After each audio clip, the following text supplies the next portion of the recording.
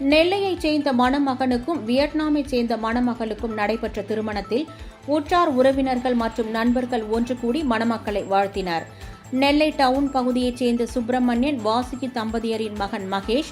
இவர் BBA முடித்துவிட்டு வியட்நாமில் உள்ள குளோபல் நிறுவனத்தில் மேலாளராக பணியாற்றி வருகிறார்.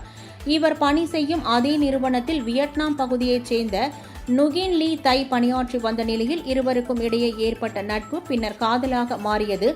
தமிழ் மீது பற்றுக்கொண்ட மகேஷும் அவரது காதலி நுகின் லீ தை இருவரும் தமிழ் முறைப்படி திருமணம் செய்து கொள்ள முடிவு செய்தனர். இதனைத் தொடர்ந்து இரு வீட்டார் சம்மதத்துடன் வியட்நாமில் வைத்து அவர்களது முறைப்படி திருமணம் செய்யப்பட்டது. பின்னர் தமிழகம் வந்த மகேஷ் மற்றும் நுகின் லீ தை இருவருக்கும் நெல்லை டவுன் பகுதியில் உள்ள தனியார் விடுதியில் திருமண நிகழ்ச்சிக்கு ஏற்பாடு செய்யப்பட்டது. அங்கு தமிழ் முறைப்படி திருமணம் செய்யப்பட்ட நிலையில் பின்னர் இந்து முறைப்படி பெரியநாயகி அம்மன் கோவிலில் திருமணம் செய்து கொண்டனர். மணமகனின் குடும்பத்தினர் மற்றும் மணமகளின் தாயார் ஆகியோர் தம்பதிகளை வாழ்த்தி ஆசிர்வதித்தனர். தொடர்ந்து நடைபெற்ற பல்வேறு சடங்குகள் மற்றும் நிகழ்வினை நுகின் லீ தை உறவினர்கள் வீடியோ காலில் பார்த்து மகிழ்ந்தனர். இந்த நிகழ்வில் மகேஷின் உறவினர்கள் மற்றும் நண்பர்கள் என ஏராளமானோர் கலந்து கொண்டு மணமக்களை வாழ்த்தினர்.